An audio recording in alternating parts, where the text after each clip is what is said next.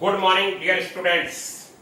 हम लोग chapter derivative as a rate measurer में एग्जाम्पल कर रहे हैं और एग्जाम्पल अब हमारे पास है बच्चों 12.6 पेज पर एग्जाम्पल नंबर 3। और एग्जाम्पल नंबर 3 में बच्चों ये कहा गया है कि if the area of the circle increases at the rate uniform rate, then prove that the perimeter varies inversely as the radius। Circle की बात हो रही है। सर्किल की अगर बात हो रही है तो पहले तो मैंने एक सर्किल ऐसे तो रफ आइडिया में दिखा देता हूं, इसकी कोई जरूरत नहीं है। Let r be the radius of circle, A be the area of circle and P be the perimeter of circle। ये लिख लीजिए सबसे पहले, let r be the radius of the circle, और यह एक ही में लिख लीजिए, let r be the radius of the circle, let r be the radius, A be the area and P be the perimeter of the circle. ठीक है बच्चों, इन्होंने अब जो जो कहा है उसे समझिए। If the area of the circle increases, अगर सर्किल का एरिया का इंक्रीज होने का, ये सर्किल का एरिया इंक्रीज हो रहा है, ये सर्किल जो है जहां मेरा हाथ चल रहा है इसका एरिया इंक्रीज हो रहा है, बढ़ रहा है, तो इसके एरिया के इंक्रीज होने का रेट कांस्टेंट बना हुआ है। ये वैल्यू है कांस्टेंट, ठीक है, ये कांस्टेंट के है, एरिया के चेंज होने का रेट। और के की वैल्यू बच्चों पॉजिटिव होगी। पॉजिटिव इसलिए होगी जैसे जैसे एरिया, जैसे जैसे टाइम इंक्रीज कर रहा है एरिया भी बच्चों इंक्रीज करता जा रहा है, जैसे जैसे टाइम इंक्रीज करता जा रहा है एरिया भी इंक्रीज करता जा रहा है, इसलिए ये पॉजिटिव वैल्यू होगी। अगर टाइम तो बढ़ता ही रहेगा, टाइम के बढ़ने के साथ अगर एरिया कम होता जाएगा तो माइनस के हो जाता, ठीक है। अब इन्होंने ये कहा है then prove that the perimeter varies inversely as the radius. अब यहां पर मैं dA ओवर dt में a की वैल्यू लगा देता हूं। a बच्चों हो जाएगा सर्किल का पाई आर स्क्वायर, और ये dt इज इक्वल टू बच्चों k, ये आ गया पाई आर स्क्वायर। पाई बच्चों बाहर आ जाएगा, पाई बाहर आने पर डी आर स्क्वायर और ओवर dt, और बच्चों ये k किसकी वैल्यू लगाई मैंने बताइए, एरिया की। ये एरिया की वैल्यू लगा दी है। एरिया क्या होता है बच्चों, पाई आर स्क्वायर। एरिया क्या होता है बच्चों, पाई आर स्क्वायर होता है। पाई बाहर आ जाएगा बच्चों और D r square upon dt हो जाएगा, और ये के, और ये बच्चों हो जाएगा pi 2r dr over dt is equal to k. ये जैसे वही होता है t के रेस्पेक्ट में या x के रेस्पेक्ट में y स्क्वायर का डिफरेंशिएशन 2y dy dx होगा, ऐसे ही r स्क्वायर का differentiation 2r dr over dt is equal to k हो जाएगा बच्चों। अब हमारे पास dr ओवर dt और dr ओवर dt हो जाएगा बच्चों k upon 2 pi r, k upon 2 pi r। इसे इक्वेशन नंबर 1 डाल लीजिए। क्या करा मैंने, R be the radius, A be the area and P be the perimeter of circle। Area के चेंज होने का रेट कांस्टेंट है K। A की वैल्यू पाई आर स्क्वायर लगा दी, इसको टाइम के रेस्पेक्ट में डिफरेंशिएट कर दिया, पाई बाहर आ गया, d r square upon dt। R square का टाइम के रेस्पेक्ट में differentiation 2r dr over dt, dr over dt K upon 2 pi r हो गया बच्चों, ठीक है, क्लियर सबको। अब इन्होंने ये कहा है then prove that the perimeter varies. अब नाउ पेरीमीटर क्या होता है, पेरीमीटर ऑफ सर्किल क्या होता है 2 पाई आर, और जो मांगा है वो बाद में निपटेंगे। पेरीमीटर के चेंज होने का रेट, दोनों साइडों को t के रेस्पेक्ट में डिफरेंशिएट करिए तो 2 पाई dr ओवर dt, और ये dr ओवर dt बच्चों हो जाएगा k अपॉन 2 पाई आर, और ये 2 पाई से 2 पाई कैंसिल, और बच्चों k अपॉन आर हो गया। क्या करा मैंने, दोनों साइडों को t के रेस्पेक्ट में डिफरेंशिएट कर दिया। t के रेस्पेक्ट में बच्चों डिफरेंशिएट करने के बाद 2 पाई बाहर आ गया और dr ओवर dt हो गया। dr over dt k upon 2 pi r हो गया। 2 पाई से 2 पाई कट गया, k अपॉन r हो गया। dp over dt k upon r हो गया। अब आप लोग फिजिक्स के अगर स्टूडेंट हैं तब तो आपको कोई भी दिक्कत नहीं है। वायल्स लॉ, चार्ल्स लॉ, कमाम लॉ, ये लॉ, वो लॉ सब आपने पढ़ रखा है। और कैमरामैन हमारे कैमरे को सही करते हुए, ठीक है, dp ओवर dt और dp ओवर dt जो है, यहां पर मैं आपको समझा दे रहा हूं कि dp ओवर जो dt है वो आ गया। आप इसके बाद लिखेंगे k into 1 upon r, k into 1 upon r। अगर पैरामीटर के चेंज होने का रेट कोई कांस्टेंट लग के 1 अपॉन r के इक्वल है, इसका मतलब है dp ओवर dt, और यहां प्रोपोर्शनल का साइन लग जाएगा, 1 अपॉन r हो जाएगा। और यही पूछा था, आपने सुना है ना, अगर ये कांस्टेंट हट जाता है तो प्रोपोर्शनल का साइन, तो यही पूछा था कि prove that the parameter varies, parameter जो वेरीज कर रहा है inversely as the radius. Prove that the parameter varies, parameter के वेरी करने का रेट, वेरी करने का रेट पूछा है। रेट वर्ड इस्तेमाल नहीं भी हुआ, इसका मतलब यह पैरामीटर जो वेरी कर रहा है उसके चेंज होने का रेट ही है, वो रेडियस के इनवर्सली प्रोपोर्शनल है। क्या है, इनवर्सली प्रोपोर्शनल है। इनवर्सली मींस इनवर्सली प्रोपोर्शनल है, 1 अपॉन r। ठीक है बच्चों, तो ये आपको बात समझ में आ गई। क्या करा, d ओवर dt, a की वैल्यू, एरिया की वैल्यू क्या होती है, पाई r स्क्वायर, पाई मैंने बाहर कर लिया, r स्क्वायर क्या हो जाएगा, 2r dr ओवर dt। वही जैसे dy over dx y square 2y dy dx होता है k, और dr ओवर dt की वैल्यू निकाल ली। अब हम लोग पैरामीटर लिख लिए, पैरामीटर में dr ओवर dt की जरूरत पड़ेगी फ्रॉम फर्स्ट से, और फ्रॉम फर्स्ट से यहां पर हम लोगों ने dr ओवर dt लगा दिया, और dr ओवर dt लगा देने के बाद 2 पाई से 2 पाई बच्चों कैंसिल हो गया, k upon r, dp over dt k upon r हो गया, और कांस्टेंट हट के ये प्रोपोर्शनल हो जाता है, और अगर 1 अपॉन r है तो इनवर्सली प्रोपोर्शनल हो गया पैरामीटर के चेंज होने का रेट। मुझे लगता है अच्छे से आपको मेरी बात समझ में आई होगी। अब नेक्स्ट क्वेश्चन नंबर 7 आपके स्क्रीन पर है, और ये कहा गया है कि बच्चों गिवन है कि find the angle theta. Theta की वैल्यू बच्चों निकलनी है, और थीटा 0 और पाई बाई 2 के बीच में है बच्चों, और ये कहते हैं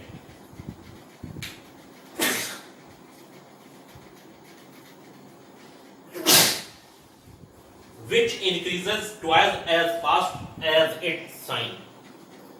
थीटा की वैल्यू निकालनी है जो इंक्रीज करता है twice as fast as its sine। मतलब थीटा के जो चेंज होने का रेट है वो ये है कि उसमें उसके जो साइन थीटा है उसके चेंज होने के रेट का ट्वाइस है। कोई एंगल थीटा है, ऐसे समझिए, कोई एंगल थीटा है तो थीटा के जो चेंज होने का रेट है वो कहते हैं उस थीटा के जो साइन थीटा है उसके चेंज होने के रेट का ट्वाइस है, तब थीटा की वैल्यू निकालनी है, जबकि थीटा 0 to 90 है। फिर से सुन लीजिए हमारी बात, कोई एंगल थीटा है उसके चेंज होने का रेट उसके जो साइन लगा के थीटा है उसके चेंज होने के रेट का ट्वाइस है। तो बच्चों ये D theta over d T हो गया, और ये हो गया 2 cos theta D theta over d T, 2 cos theta D theta over d T. ये कहां से आ गया, ये वैसे ही आ गया बच्चों, ये यहां गलत लिखा हुआ है, साइन थीटा के चेंज होने का रेट। अगर D theta over d T और साइन थीटा लिख देते हैं तो पहले इसे लिख देंगे डी थी, ये हो गया साइन थीटा और d theta over d t. D theta से डी थीटा की वैल्यू कैंसिल होती हुई बच्चों नजर आई, और d y over d t बचा, और ये साइन थीटा बचा। ठीक है, तो पहले इसको थीटा के रिस्पेक्ट में डिफरेंशिएट करते हैं और d theta over d T और लगाते हैं। हम लोग हायर ऑर्डर डेरिवेटिव में बहुत पढ़ चुके हैं। ये और ये बच्चों कैंसिल हो जाएगा, 2 cos थीटा 1 तो cos थीटा 1/2, तो theta is equal to 60 degree हो गया। बस आप यहाँ पर कंडीशन लगा दीजिए कि थीटा के चेंज होने का रेट उसके साइन थीटा के चेंज होने के रेट का ट्वाइस है, लेकिन ये टी याद रखिएगा, ये थीटा में लगाइएगा। ठीक है, ये हो गया। अब हम आपको एक बहुत अच्छा क्वेश्चन बताने वाले हैं, और वो क्वेश्चन है example number 15। Sorry example number 13। देखिए आपके स्क्रीन पर आ रहा है एग्जाम्पल नंबर 13। तो बच्चों हम एग्जाम्पल नंबर 13 बताने वाले थे, उससे पहले हम आपको 13 ना बता के एग्जाम्पल 9 बता रहे हैं। और बच्चों एग्जाम्पल 9 में ये कहा गया है, वो क्यों नहीं बता रहे हैं वो ये भी बता दें, उसमें स्लोप का जिक्र है और स्लोप हम लोग टेंजेंट और नॉर्मल में पढ़ेंगे बच्चों। एग्जाम्पल 9 में कहा है particle moves along the curve 6y = x³ + 2। एक पार्टिकल इस कर्व पर मूव कर रहा है, एक पार्टिकल इस कर्व पर मूव कर रहा है, ये पार्टिकल है, ये चल रहा है इस कर्व पर। Find the point on the curve at which the y coordinate is changing 8 times as fast as the x coordinate। और ये किसी टाइम t पर x, y इस पर है, px, y पर है बच्चों, px, y। क्या बोला मैंने कि इस कर्व पर एक कर्व का नाम है, कर्व का नाम कैसे, कर्व जैसे आप ग्राफ पेपर पे बनाएंगे बच्चों, तो ग्राफ पेपर पे ये कर्व बनेगा, कर्व x डालते जाइए, y निकालते जाइए, तो ये कर्व एक कोई भी फिगर, पैराबोलिक, हाइपरबोलिक जो भी है वो आ जाएगी। फिलहाल तो ये तो नहीं आएंगी जो मैंने बोली, कर्व बन गया। इन्होंने कहा इस कर्व पर वो पॉइंट बताना है जहां पर y कोऑर्डिनेट के चेंज होने का रेट x कोऑर्डिनेट के चेंज होने के रेट का 8 टाइम्स है, 8 टाइम्स। हम लेट कर लेते हैं, लेट द रिक्वायर्ड पॉइंट भी, लेट द बच्चों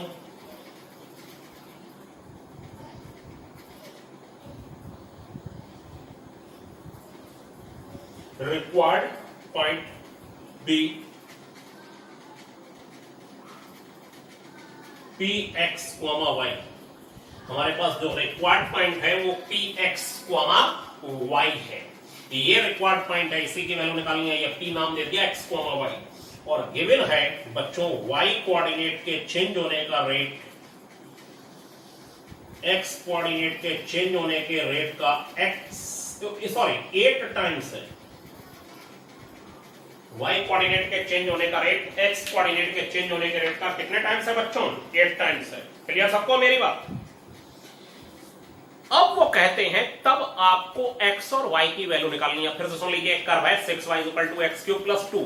इस पर एक कर्व पर एक पार्टिकल मूव कर रहा है, पार्टिकल किसी टाइम t पर px, y पर है। इन्होंने कहा है कि वो पॉइंट इस कर्व पर बताइए जहां पर y कोऑर्डिनेट के चेंज होने का रेट x कोऑर्डिनेट के चेंज होने का रेट का x 8 टाइम्स है। मैंने कह दिया लेट का रिक्वायर्ड पॉइंट भी px, y। और y यहां पर y कोऑर्डिनेट के चेंज होने का रेट x कोऑर्डिनेट के चेंज होने के रेट का 8 टाइम्स है बच्चों। ये आने के बाद नाउ हम लोग 6y = x³ + 2 ले लेते हैं और दोनों साइडों को t के रेस्पेक्ट में डिफरेंशिएट कर देते हैं। और t के रेस्पेक्ट में बच्चों डिफरेंशिएट करने के बाद ये हो जाएगा हमारा 6dy/dt। और dy/dt के बाद ये हो जाएगा 3x² dx/dt। और 2 का डिफरेंशिएशन हो जाएगा बच्चों 0। दोनों साइडों को t के रेस्पेक्ट में डिफरेंशिएट कर दिया। क्या करा, दोनों साइडों को t के रेस्पेक्ट में डिफरेंशिएट कर दिया।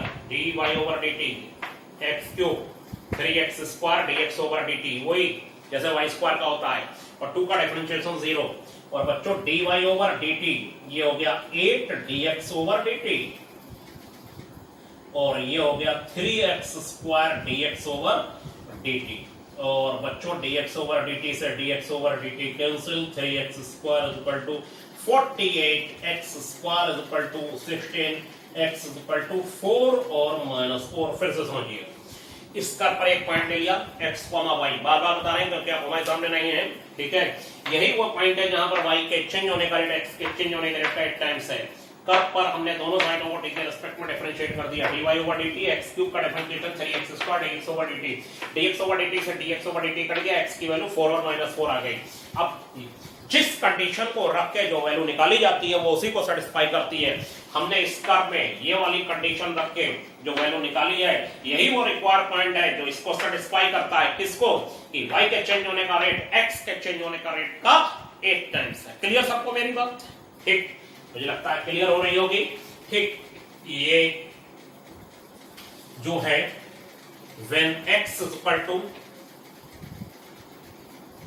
4 then y is equal to x cube plus 2, तो 6y, तो 6y 4 जा 16, 4 जा 64 plus 2, 6y is equal to 66, तो बच्चों y is equal to 11, and when x is equal to -4, तो 6y is equal to -64 plus 2, तो बच्चों 6y is equal to -62 हो गया, और -62 हो जाने के बाद ये हो गया y is equal to -62/6, और ये हो गया 3 और ये 1, 2 3 जा 6, और ये हो गया -31/3। ठीक, तो बच्चों जब x 4 था तो 11 आया y, और x अगर -4 था तो y -31/3 आया। सो रिक्वायर्ड पॉइंट हो जाएंगे बच्चों 4,11 एंड -4, -31/3, ये हो गया बच्चों। रिक्वायर्ड पॉइंट क्या हो गया? 4,11 एंड -4,31/3। इन्हीं दो पॉइंटों पर y कोऑर्डिनेट के चेंज होने का रेट x कोऑर्डिनेट के चेंज होने के रेट का 8 टाइम्स होगा, ये निकल के आया है। अब बच्चों हम आपको एक और बहुत ही अच्छा एग्जाम्पल कराने जा रहे हैं। 13th में नहीं कराऊंगा, 13th मैंने छोड़ दिया इसलिए, ठीक है। 14th कराने जा रहे हैं। 14th को बच्चों ध्यान से, तो बच्चों एग्जाम्पल नंबर 14th देखिए, इसमें कहा गया the length x of a rectangle is decreasing at the rate of 2 centimeter per second। किसी भी रेक्टेंगल के लेंथ के डिक्रीज हो रही है, लेंथ कम हो रही है, उसका रेट दे रखा है 2 सेंटीमीटर पर सेकंड, यानी 1 सेकंड में 2 सेंटीमीटर। और इन्होंने आगे बोला है and the width y is increasing at the rate of 2 centimetre पर सेकंड, और जो विड्थ है वो इंक्रीज कर रही है y के इंक्रीज करने का रेट dy/dt कितना दे रखा है बच्चों? 2 सेंटीमीटर पर सेकंड। जब x 12 है और y 5 है, find the rate of change of the perimeter. First part the area of rectangle, second part बच्चों बहुत ही बेहतरीन क्वेश्चन, x और ये y, ये तो गिवन है कि x लेंथ और y विड्थ है, ठीक है। Let p be the perimeter and a be the area of rectangle at any time t। Any time t अगर मैं कभी भूल जाऊं बच्चों तो आप जरूर लगा लीजिएगा, जिसमें रेट वाले क्वेश्चन है eight any time t। p किसी भी रेक्टेंगल का पेरीमीटर है और a उसी रेक्टेंगल का एरिया है एट एनी टाइम t, ठीक है बच्चों। अब मैं जो बता रहा हूं गिवन क्या है, गिवन है लेंथ के चेंज होने का रेट 2 सेंटीमीटर पर सेकंड बच्चों, 2 सेंटीमीटर पर सेकंड है। अब 2 सेंटीमीटर पर सेकंड में माइनस लगाऊंगा। अब ये पहली बार केस था, माइनस इसलिए लगाऊंगा क्योंकि जैसे टाइम तो बच्चों बढ़ेगा, टाइम तो कम होगा नहीं, टाइम तो सब दुनिया में टाइम तो बढ़ता ही रहता है या कम होता रहता है, ये तो पता ही नहीं चला। लेकिन टाइम को बढ़ता ही हुआ मानेंगे, जैसे उम्र बढ़ रही है या कम हो रही है ये तो पता ही नहीं चल पाया अब तक। किसी कोई कहता है बढ़ रही है, कोई कहता है कम हो रही है। अब हमें इस बात से क्या मतलब, टाइम तो बढ़ ही रहा है फिलहाल, और टाइम जैसे जैसे बढ़ रहा है एक्स वैसे वैसे कम हो रही है। अगर ये बढ़ेगा और ऊपर वाला ये वैल्यू अगर कम होगी तो माइनस साइन सिर्फ यही शो कर रहा है कि टाइम के बढ़ने के साथ बच्चों लेंथ जो है वो डिक्रीज कर रही है। माइनस साइन फिजिक्स में यही बताता है। और विड्थ के चेंज होने का रेट यानी इंक्रीज करने का रेट बच्चों कितना है? 2 सेंटीमीटर पर सेकंड, ये भी दे रखा है, दोनों सेम है। यानी x जिस रेट से कम हो रहा है y उस रेट से बढ़ रहा है, ठीक है।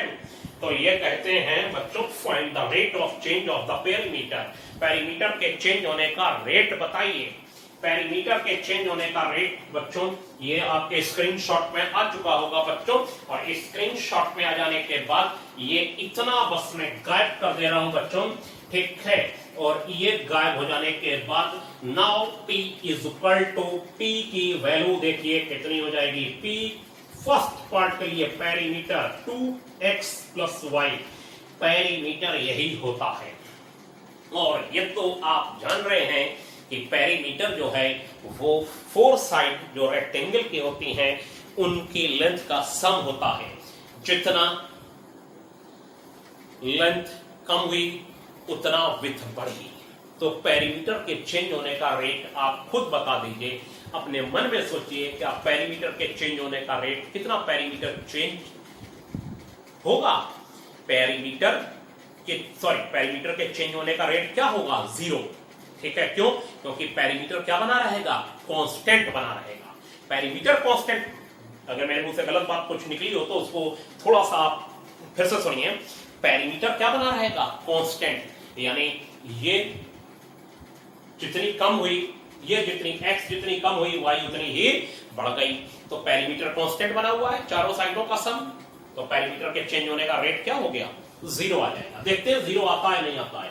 dp ओवर dt, पेरीमीटर के चेंज होने का रेट 2, और बच्चों ये हो जाएगा dx ओवर dt और प्लस dy ओवर dt, और ये हो गया बच्चों 2 और -2 + 2, और बच्चों क्या आ गया? 0 आ गया। इसका मतलब पेरीमीटर कांस्टेंट था, तभी तो उसका डिफरेंशिएशन 0 आया, यानी पेरीमीटर के चेंज होने का रेट क्या है? 0 है। मेरी लैंग्वेज पे ध्यान दीजिएगा, पेरीमीटर कांस्टेंट बना हुआ है। क्यों? आपको सोचिए, ये जिस रेट से ये बढ़ा उस रेट से जिस रेट से x कम हुआ उस रेट से y बढ़ गया, तो चारों की लेंथ तो सेम ही रही ना। तो यानी पेरीमीटर कांस्टेंट बना हुआ है, चाहे घटा बढ़ी चल रही है, कोई प्रॉब्लम नहीं है। शुद्ध हिंदी में समझिए। अब इसका बच्चों सेकंड पार्ट भी मैं यहां पर आपको समझा देता हूं। एरिया का चेंज होने का रेट, एरिया बच्चों होता है x इंटू y, सब जानते हैं। एरिया ऑफ रेक्टेंगल और एरिया के चेंज होने का rate dA over dt, first function second का differentiation plus second function first का डिफरेंशिएशन। अब आप कहेंगे सर प्रोडक्ट रूल क्यों लगा दिया? सारी बातें आप समझ लीजिए, सामने बैठे होते तो आप उससे जरूर पूछते कि सर ये प्रोडक्ट रूल क्यों लगा दिया। बताइए, टाइम के साथ x चेंज हो रहा है तो क्या y चेंज नहीं हो रहा है? यानी ये दोनों वेरिएबल हैं, टाइम के रिस्पेक्ट में x और y दोनों वेरी कर रहे हैं, कोई भी कांस्टेंट नहीं है। इसीलिए अगर एरिया को टाइम के रेस्पेक्ट में डिफरेंशिएट बच्चों यहां करेंगे तो फर्स्ट फंक्शन और सेकंड वाला वेरिएबल है उसका डिफरेंशिएशन, फिर सेकंड फंक्शन फर्स्ट वाला वेरिएबल है उसका डिफरेंशिएशन, प्रोडक्ट रूल का मतलब है टी के रेस्पेक्ट में ये प्रोडक्ट रूल लगाया जाएगा। ठीक है, और बच्चों dA ओवर dt, एरिया के चेंज होने का rate x, dy over dt 2, और ये हो जाएगा प्लस y और ये -2, तो बच्चों ये हो जाएगा 2x - 2y, एरिया के चेंज होने का रेट। और इन्होंने dp ओवर dt में हमने x और y की वैल्यू लगाई ही नहीं थी, लेकिन dA ओवर dt में मैं वहां लगाने को था ही नहीं, x 12 और y बच्चों 5 लगा देता हूं, तो 24 - 10 यानी 14 हो जाएगा बच्चों। ध्यान से सुनिए और समझिए। ठीक है, x की वैल्यू कितनी लगा दी गई? कैमरामैन अगर नहीं आ रहा है तो देखिए, आपकी जिम्मेदारी है, आप सही करिए कैमरामैन को सही करते हुए। ठीक है, बहुत ही अच्छा। ठीक, और देखिए कैमरामैन ने इसको सही कर लिया है। और dA ओवर dt कब निकलना है? जब x 12 है और y 5 है। x 12 टू 24, y 5 टू 10, 24 - 10 14 हो गया बच्चों। क्लियर सबको? यानी एरिया के चेंज होने का रेट हो गया 14 सेंटीमीटर स्क्वायर पर सेकेंड। क्लियर? ठीक, तो ये था बच्चों आज तक का काम। ठीक है, dp ओवर dt में x और y लगाने को ही नहीं था, वो तो 0 पड़ गया था। अब आप एक्सरसाइज के क्वेश्चन करना शुरू कर दीजिए बच्चों, और एक्सरसाइज फर्स्ट 12.1 तो बहुत इजी है, करके देखिएगा, और 12.2 के आप 10 या 5 क्वेश्चन करके रखिए, फिर मैं और अभी 2 लेक्चर और होंगे इसके, तब बात बन पाएगी। और आज के लिए इतना ही बच्चों, थैंक यू।